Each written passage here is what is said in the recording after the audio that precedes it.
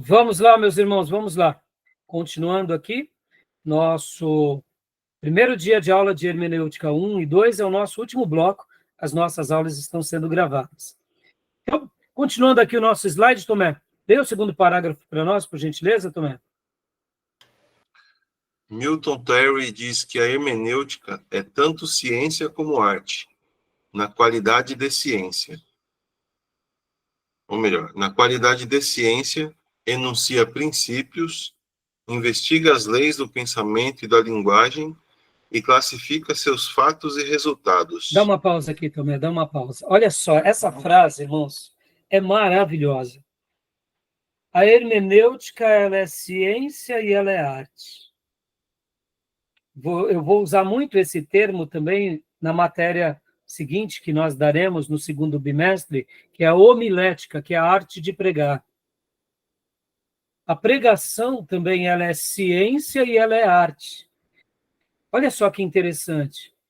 Então, na qualidade de ciência, ela enuncia princípios. Ou seja, Deus, na sua onisciência, na sua onipotência, na sua onipresença, quis se revelar para o seu povo, falando de forma audível e depois dizendo: escrevam a minha palavra e falem para os meus filhos e para todas as nações os meus ensinos. Porque quem escolhe os meus ensinos escolhe a vida, quem os abandona escolhe a morte. Ou seja, são princípios. Deus, no seu poder, que é incomparável, não há ninguém nem nada que se compare a ele, quis se revelar por meio de palavras, um dialeto, a língua hebraica. Deus falou com o seu povo. Então, há um princípio nessa comunicação. Ou seja, e aí, ainda como ciência, ou seja, como eu disse há pouco, façam uma leitura aqui, não ciência que despreza Deus, mas ciência como fruto da criação de Deus. Irmãos, quem criou os mares? Quem criou as galáxias? Quem deu ordem em todas as coisas? É Deus. Quem é o dono da ciência? É Deus. Hoje, o cientista, quando ele descobre alguma coisa, por exemplo, irmãos, sinal Wi-Fi, sinal de rádio. Irmãos, vamos ser sinceros aqui, eu não sou cientista, sou um pastor, sou um teólogo. Uma coisa fantástica, que existem ondas invisíveis, que a pessoa descobre ali o rádio, que é uma invenção tão fantástica que nem o rádio. Agora, a tecnologia de um smartphone, você faz uma videochamada, que nem nós estamos aqui, sem a necessidade, talvez a maioria de vocês não estão conectados num fio, ou seja, são ondas que joga, que rebate, que envia para um satélite, que chega. Isso é fantástico, irmãos. Quem foi que criou tudo isso? Foi Deus. Deus só deu o conhecimento para o ser humano descobrir.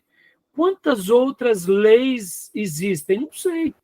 Mas a gente um dia vai ver muito mais coisas, e tudo isso é o quê? É ciência. Então, percebam, não façam uma leitura aqui de ciência como algo que vai contra Deus. Não. A nossa ciência está a serviço de Deus. Por meio da nossa ciência, a gente glorifica a Deus. Por meio dessa ciência, a gente dá glória a Deus. É como disse Paulo, tudo que é nobre, tudo que é bom, tudo que é justo, tudo que é de boa fama, que isso seja para a vossa edificação. Irmãos, aprender é algo maravilhoso. Seja o que for, matemática, biologia, música, astrologia. Irmãos, aprender e colocar esse aprendizado a serviço de Deus, magnífico. Isso é magnífico, não tem nenhum problema isso, nenhum problema, pelo contrário. O problema é quando nós dizemos, eu não preciso de Deus, aí a gente se emancipa. Então, aqui Milton Terry está dizendo que a hermenêutica é ciência e arte, e na qualidade de ciência, ela enuncia princípios, investiga as leis do pensamento. Opa, Deus disse a Abraão, circuncide Abraão, no 8º dia, todo macho. Tem um pensamento ou não tem? Tem uma data ou não tem?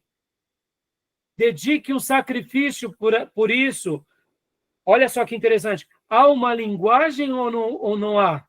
Deus falou com Abraão, esse ensino foi passado de Abraão para Isaac, de Isaac para Jacó, de Jacó para os seus filhos, chega Moisés. E agora vem Deus para Moisés e diga, olha, aquilo que eu tinha dito para Abraão, eu quero, Moisés, que você faça e toda a sua nação.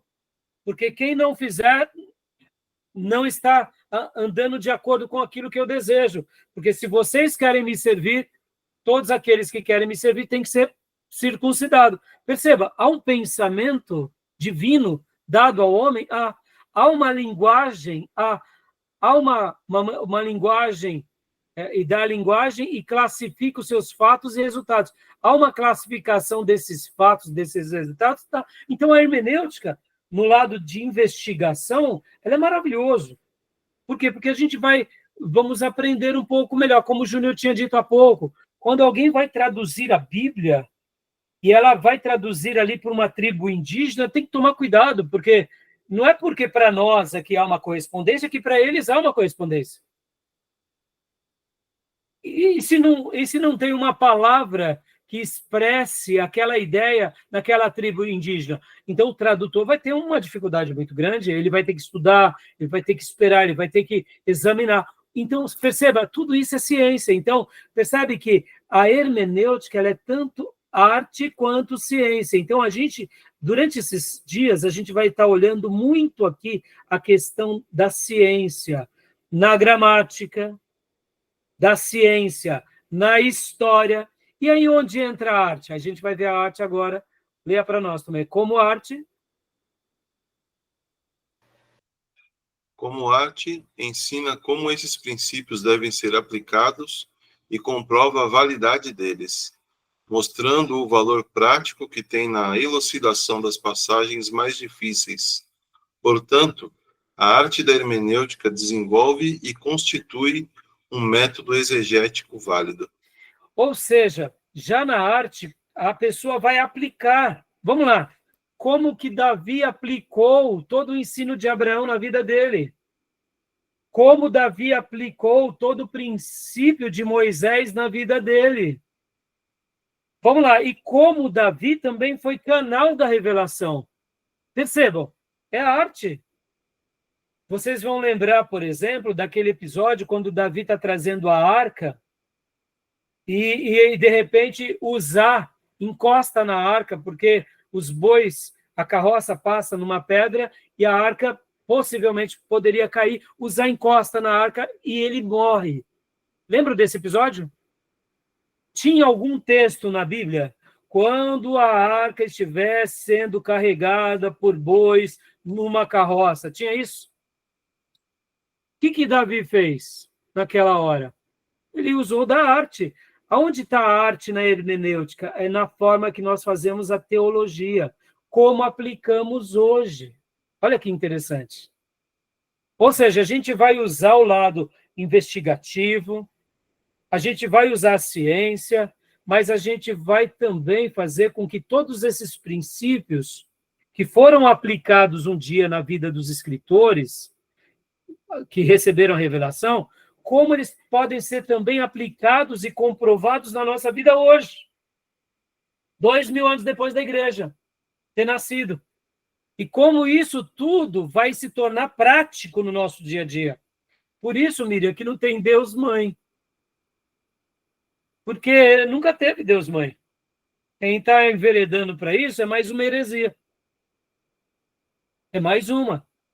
É como, por exemplo, a questão agora também do debate ideológico da questão homoafetiva. Muitas igrejas que estão enveredando para esse caminho, filha, eles começam a desprezar os mandamentos bíblicos. A Bíblia é muito simples. Deus cria homem e mulher e os casa. O casamento bíblico abençoado por Deus é de um homem com uma mulher.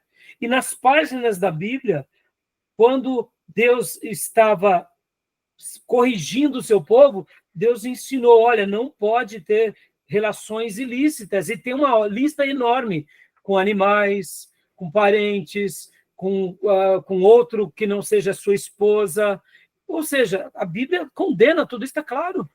E por que hoje em dia muitas igrejas estão se enveredando para essa nova doutrina em nome do amor, que é para uma maneira de dizer, não, isso daí é uma releitura da Bíblia, ou seja, é uma nova interpretação. Quem é que está colaborando com essa interpretação? Será que é Deus e o Espírito Santo? Ou será que é o Espírito que sempre, o Espírito maligno que sempre tenta deturpar o texto sagrado? Vamos viver em paz com essas pessoas, vamos respeitá-las, mas não vamos concordar com as suas práticas. Amamos o pecador, mas não apoiamos o pecado, porque, segundo a nossa Bíblia, o casamento é de um homem com uma mulher. Deus cria Adão e Eva, não cria Adão e Ivo, tá bom? É bem simples, bem simples. E o sexo, pastor? O sexo é para depois do casamento. Acabou. Pastor, mas a juventude está perdida, não importa. A Bíblia fala que sexo antes do casamento é fornicação. E sexo extra-casamento, quando já é casado, é adultério, é prostituição, promiscuidade. É simples assim, meus irmãos. Não tem que reinventar a roda. Então, assim, percebam, a arte, voltando aqui, a arte está em como nós aplicamos nos nossos dias. É simples. É vida de cruz, é vida de renúncia. Ah, mas nós estamos na pós-modernidade. Meu irmão, não. Na pós-modernidade vamos ter que praticar a abstinação, ponto final. E quem quer dar um jeitinho está em pecado. Pastor, mas e a pessoa vai para o céu? Aí é outra história. Aí a gente vai... Depois a gente vai trabalhar mais com essas questões. Deus pode perdoar, é claro. Deus pode restaurar, mas a gente não pode brincar com o pecado. Tá bom, meus irmãos? Beleza? Ficou clara essa ideia da arte e da ciência? Sim. Ficou? Vou só dar um exemplo aqui na homilética, irmãos, na homilética. A homilética, ou seja, a arte de pregar, é tanto arte quanto ciência. O que seria a ciência? É a parte que a gente vai estudar. É a parte que nós paramos. Por exemplo, eu tô, se Deus me permitir, domingo eu vou falar ainda sobre Jacó. Ainda aquelas mensagens que eu estava falando lá atrás, antes das minhas férias, do ano passado. Percebam, eu vou fazer uma ponte de Jacó com o Novo Testamento. Então, eu venho trabalhando, eu venho estudando sobre isso. E eu quero usar uma ideia sobre essa questão. Ou seja, todo o meu estudo está voltado à ciência. Toda a minha introspecção, inspiração, está ligado à arte. Por exemplo, essa compreensão em usar Jacó e usar ele lá no Novo Testamento tem a ver com uma inspiração. Isso é um lado artístico. Eu vou usar um texto do Velho Testamento e um texto de Gálatas, do Novo Testamento, e vou fazer uma ponte entre os dois, mostrando a vida de Jacó, e, por último, vou falar sobre nós. E o que é mais a arte? A maneira que eu vou me comunicar, a emoção que eu vou passar. Como que será?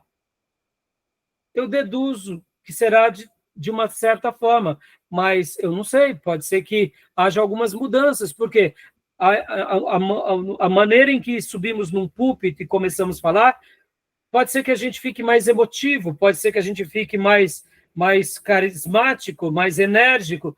Eu acredito que esse domingo eu vou usar um pouco mais da reflexão, vai ser um pouco mais introspectivo, porque eu vou falar muito sobre a lei da semeadura. Aquilo que plantamos, colhemos. E vou mostrar a semeadura ruim de Jacó. E depois eu vou falar sobre o estágio bom de Jacó e a semeadura boa de Jacó. Ou seja, percebam, eu vou levar a igreja, se Deus me permitir, se ele não mudar até a última hora, vai ser isso.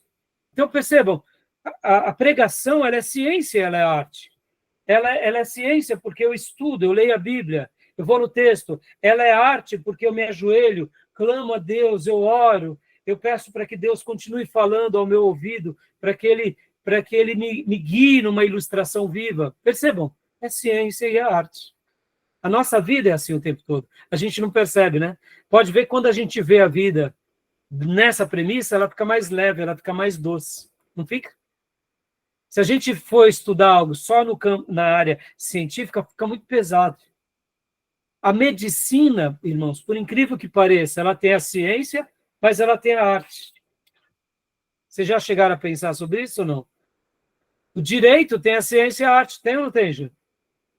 Você está ali, ó, seguindo o roteiro, mas de repente você vai ter que ir num tribunal e você vai ter que usar da persuasão, da argumentação. E o que é isso, se não a arte, não é? E o médico?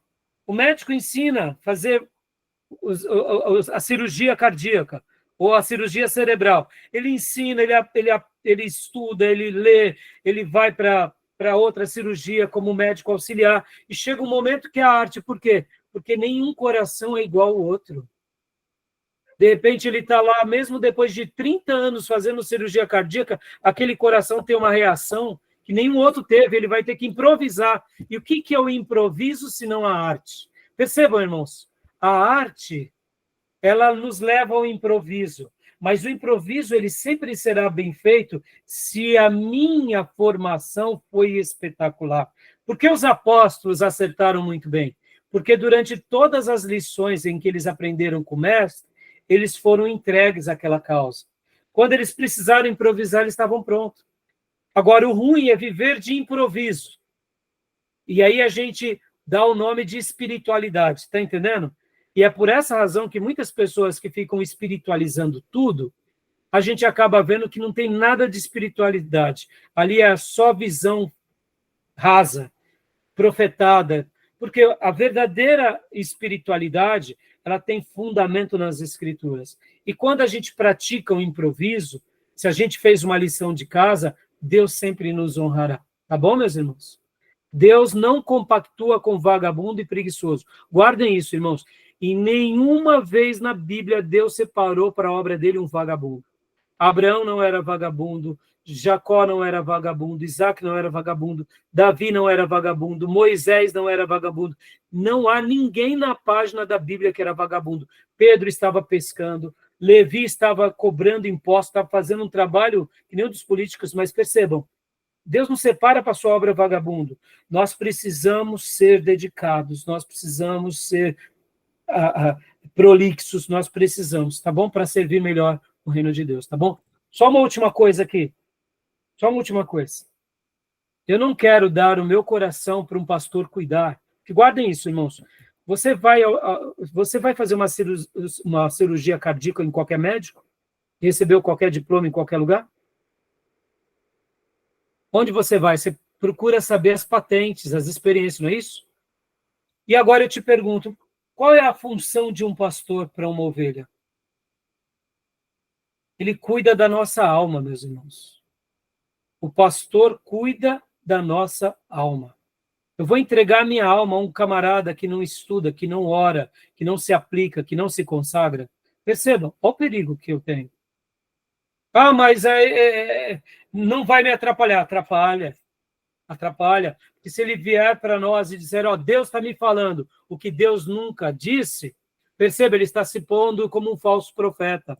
Porque os verdadeiros profetas são usados por Deus e as profecias se cumprem. Quantas são as profetadas que a gente viu na vida, irmãos? De casamento, revelação, de bênção. Isso tudo é falsos profetas. Estão entendendo? Ou, quem sabe, meninices. Por isso, guardem isso no coração, irmãos. Eu não quero dedicar a minha vida a pessoas, a pastores, que sejam levianos com a palavra, que sejam levianos com o ensino bíblico. Eu quero dedicar a minha alma a pessoas que realmente aprenderam com Deus e que vão me conduzir aos pastos verdejantes e às águas tranquilas, tá bom? Então, a hermenêutica, ela é ciência e ela é arte. Leia agora aqui, tome para a gente, por gentileza, essa última frase. João Paulo II disse que, entre aspas, é uma tarefa da Igreja, pois ela consiste em estudar e explicar a Santa Escritura de maneira a colocar todas as riquezas à disposição dos pastores e dos fiéis.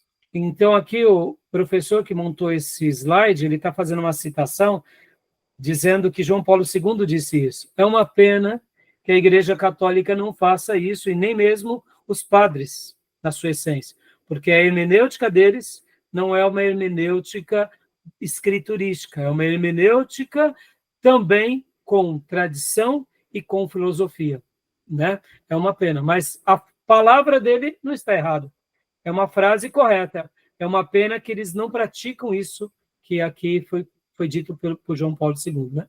Tá bom? Irmã Miriam, leia para nós aqui o objeto da hermenêutica, por gentileza.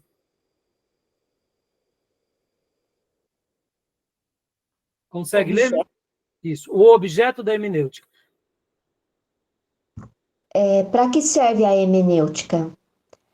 As escrituras são escritos históricos, mas de caráter sobrenatural, composto por dupla autoria, onde Deus, o supremo autor divino, e os homens, esses autores humanos, fundiram-se na sua escrita sacra.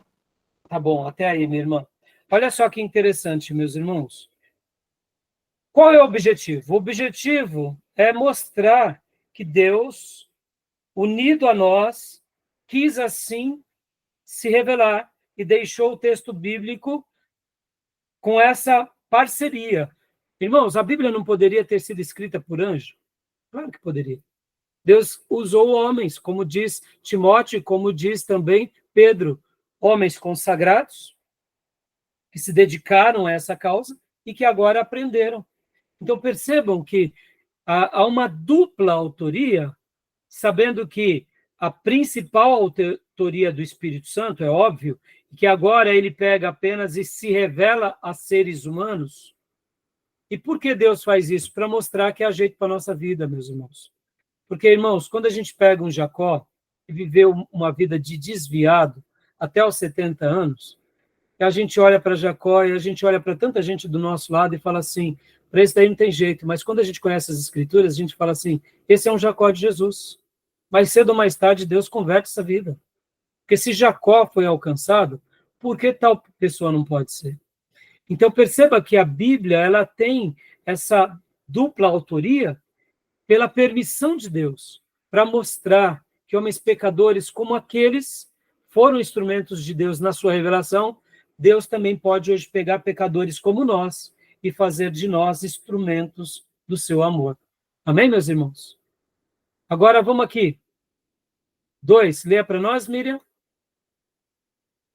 O aspecto sobrenatural das Escrituras é a parte do caráter intrínseco das Escrituras, sua origem sobrenatural. Está lá em 2 Timóteo 3,16. Negar isso. Pode continuar? Pode continuar? Negar isso é fazer dela um livro comum como outro qualquer. Exatamente.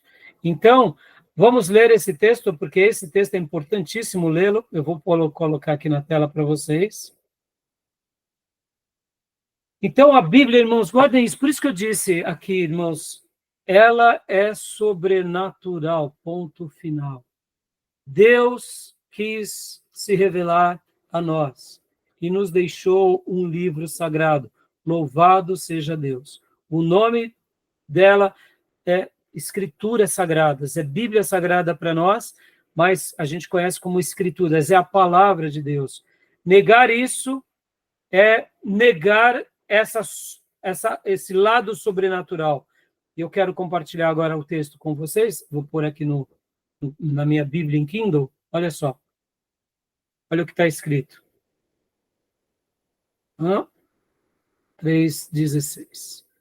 Toda a Escritura é divinamente inspirada, ou seja, toda, irmãos, do Gênesis ao Apocalipse, é divinamente inspirada e proveitosa para ensinar, para repreender, para corrigir, para instruir em justiça, para que o homem de Deus, homem aqui genérico, leia, homem, mulher, criança, criação de Deus, seja perfeito e perfeitamente preparada para toda boa obra. Aleluia. Tá bom, meus irmãos? Isso é maravilhoso, maravilhoso. Então, desprezar isso é desprezar essa riqueza bendita do Pai. Tudo bem até aí? Por isso, irmãos, eu me recordo que, certa ocasião, enquanto eu ainda fazia o seminário, eu aprendi como que nós devemos ler a Bíblia. Nós Ela não é devemos só ler a... contém, né? Hã? E ela não contém, ela é toda. Ela é toda, Júnior, exatamente. Eu lembro que alguém disse assim, em certa ocasião, não me recordo quem, foi um irmão, um amigo, que ele aprendeu com o professor dele, nós devemos ler a Bíblia em oração. Ou seja, antes de ler a Bíblia, a gente deve orar, dizendo, Deus, fala comigo, abre os meus olhos, me faça compreender a tua vontade. E depois de ler a Bíblia, a gente tem também que concluir com oração, dizendo, Senhor, guarda essa palavra no meu coração, guarda essa palavra na minha mente, porque ela é toda sobrenatural. Nós devemos lê-la também, em segundo lugar, como com humildade, irmãos, sabendo que se Deus quis falar com alguém e usou uma gramática, usou uma pessoa na história, Deus se revelou e Deus disse, né, como Paulo fala em Coríntios, que tudo que foi escrito foi para o nosso ensino, ou seja, tem um propósito de nos ensinar. Então, se Deus quis deixar o texto sagrado para todas as gerações, e é por isso que, ai daquele que acrescentar uma vírgula ou um tio, ai daquele que tirar alguma palavra do livro dessa profecia ou acrescentar. Por isso que a palavra de Deus diz que passarão os céus e a terra, mas as minhas palavras jamais passarão. Percebam, eu devo lê-la em segundo lugar com humildade. Por que com humildade? Partindo do pressuposto que eu sou um aluno, que não sei tudo e que preciso aprender. E aqui falo a vocês, como pastor da maioria de vocês e professor nesse seminário, irmãos, eu estou no caminho desde os meus 17 anos, fiz agora 53 anos, eu tenho 35 anos no Evangelho, eu tenho praticamente, né, todo esse período de vida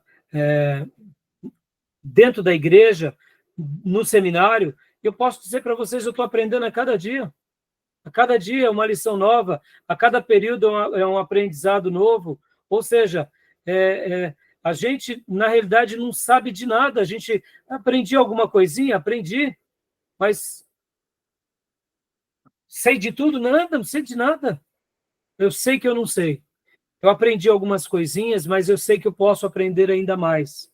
Por quê? Porque, na realidade, se a gente perde essa humildade, a gente perde uma das características mais lindas, a gente deixa de ser ensinável. Guarde isso, irmãos. Se eu quero aprender a interpretar a Bíblia, se eu quero aprender a realmente conhecer a Deus, eu preciso ler com humildade, com quebrantamento. E aqui segue uma orientação para você, meu irmão, que é seminarista. Se você não lê a Bíblia todos os dias e ora, então para tudo, pode até parar do seminário e começa agora a fazer as suas devocionais diariamente.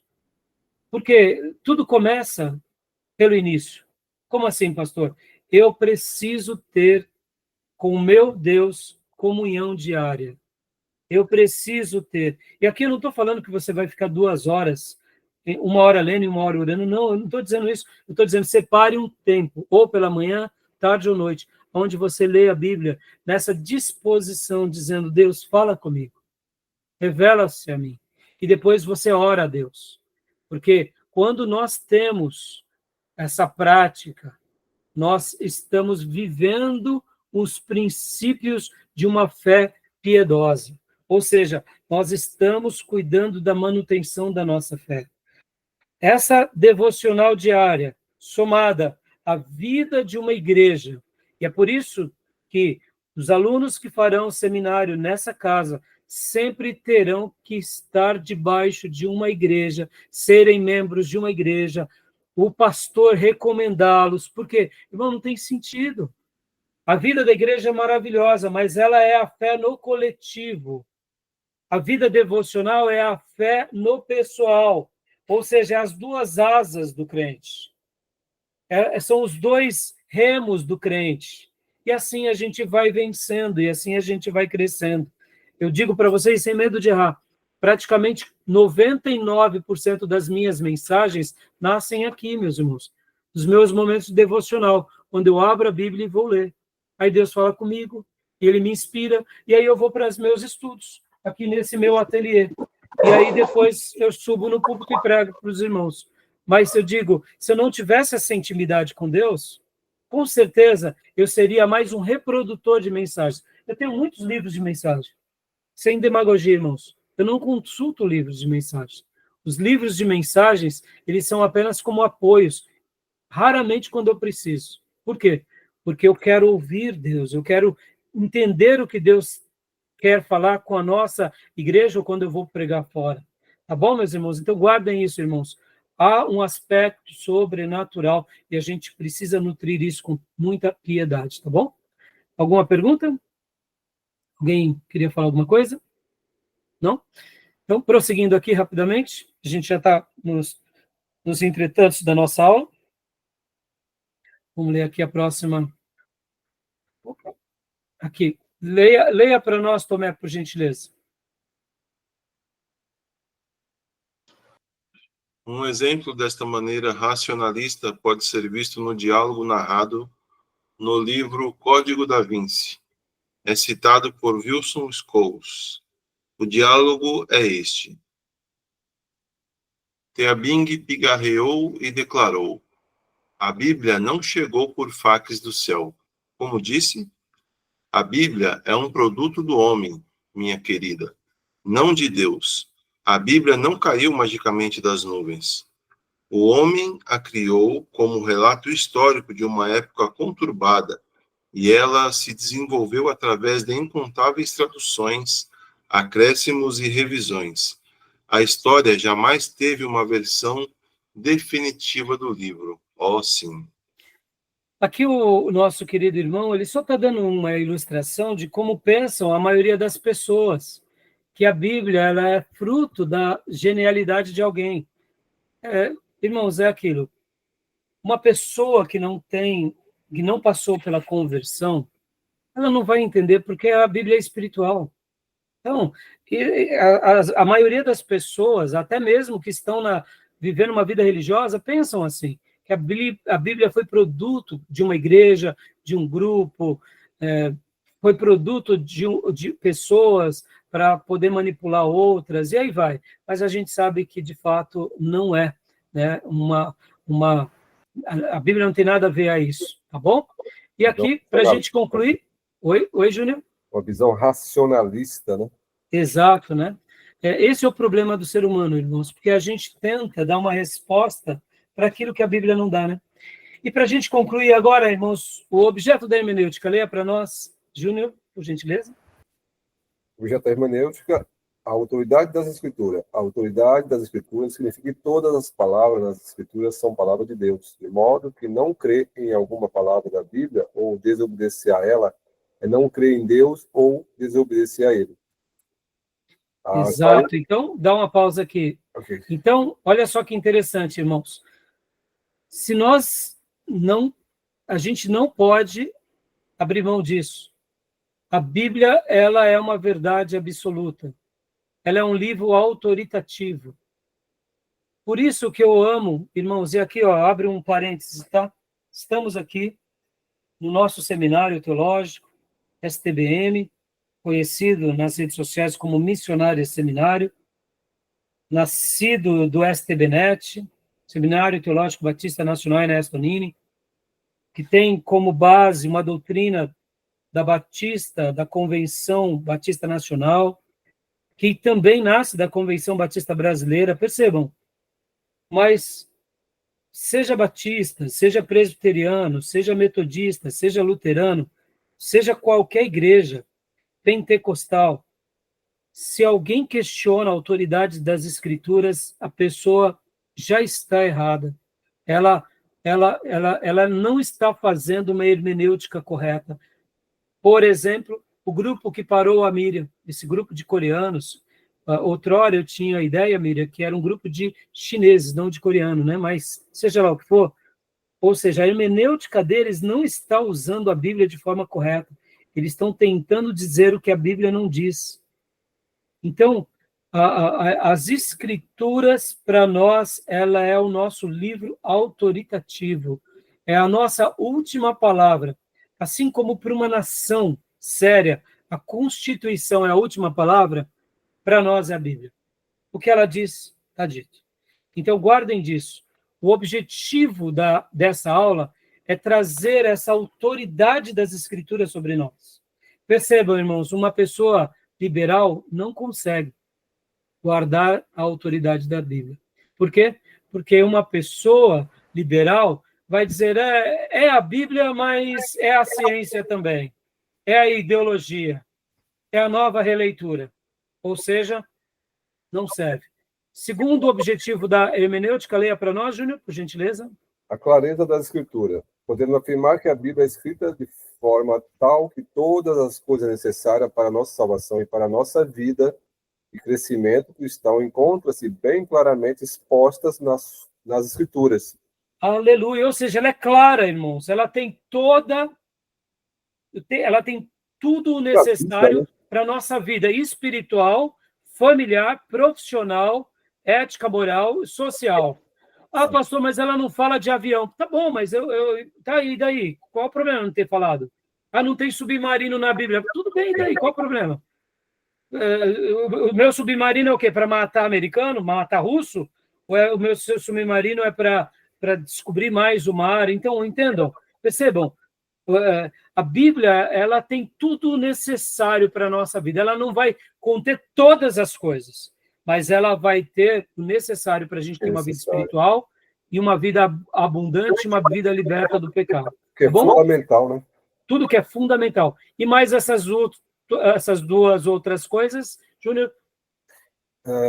A necessidade das Escrituras. Dizer que as Escrituras são necessárias significa dizer que a Bíblia é necessária para conhecer o Evangelho, para conservar a vida espiritual e para conhecer a vontade de Deus, mas não que seja necessária para saber que Deus existe ou para saber algo sobre o caráter e sobre as leis morais de Deus. Ou seja, dizer que é necessária não quer dizer que ela contém tudo e todas as perguntas incógnitas. Vai ter tudo o que precisamos, tudo que é de mais relevância. Mas, irmãos, conhecer sobre o Eterno é uma coisa muito maior do que a gente, tá bom? Até porque quem vai investigar o Eterno? Exatamente, né, Júnior? Exatamente. E, por último, sobre a suficiência... das Escrituras. Dizer que as Escrituras são suficientes significa dizer que a Bíblia contém todas as palavras divinas que Deus quis dar ao seu povo em cada estágio da história da redenção, que hoje contém todas as palavras de Deus que precisamos para a salvação, para que, de maneira perfeita, nele possamos confiar e a ele obedecer. Ótimo, ou seja, ela tem tudo que é necessário e tem tudo que é suficiente. No entanto, irmãos, a gente entende perfeitamente que é óbvio, irmãos, é óbvio. É como eu disse há pouco, quem é que tem a grande resposta, né? Somos nós batistas? Não, meus irmãos. Se alguém crê nas Escrituras e crê em Deus e segue, é um filho de Deus, onde quer que ele esteja. Seja ele pentecostal, seja ele tradicional, ultra-radical. O problema não está aí. O problema está no exclusivismo. Quando alguns grupos dizem, nós somos os melhores, nós somos os únicos, os outros estão todos no fogo do inferno. Então, é esse que é o problema. Tá bom, meus irmãos? E aqui paramos por hoje, ó. Vamos parar aqui, ó. O poder da palavra, tá bom? Okay. Então, a gente deixa para ler a partir de terça que vem o poder da palavra. Tudo bem, meus irmãos? Alguma pergunta, alguma dúvida? Tranquilo. Algum questionamento? Tranquilo. Tá bom? Então, foi uma honra estar com vocês aqui no nosso primeiro dia. Glória a Deus. Querendo Deus, nos vemos domingo na nossa igreja e aos demais irmãos nos vemos terça-feira que vem, viu, meus irmãos? Amém. E qualquer dúvida pode me chamar ou no pessoal, no meu WhatsApp, ou no grupo do seminário, tá bom? E firme na leitura e que Deus abençoe a todos nós, todos os irmãos, e nos dê um 2025 muito produtivo, regado de bênção. Que Deus continue cuidando da Beatriz, da saúde dela, da filha da Miriam e de cada um de nós. Tá bom, meus irmãos? Boa noite e um shalom para todos. A paz para todos. Paz, meus irmãos. Boa noite, irmãos. Graça e paz. Boa noite. Amém. Deus abençoe. Boa noite Amém. a todos. Amém. Deus Boa noite, abençoe. irmãos. Graças a Deus. Boa noite, irmão. Graças Boa noite. Melhoras, viu, Beatriz? Melhoras. Vai me deixando avisado, tá? Tá Deus bom. abençoe. Amém.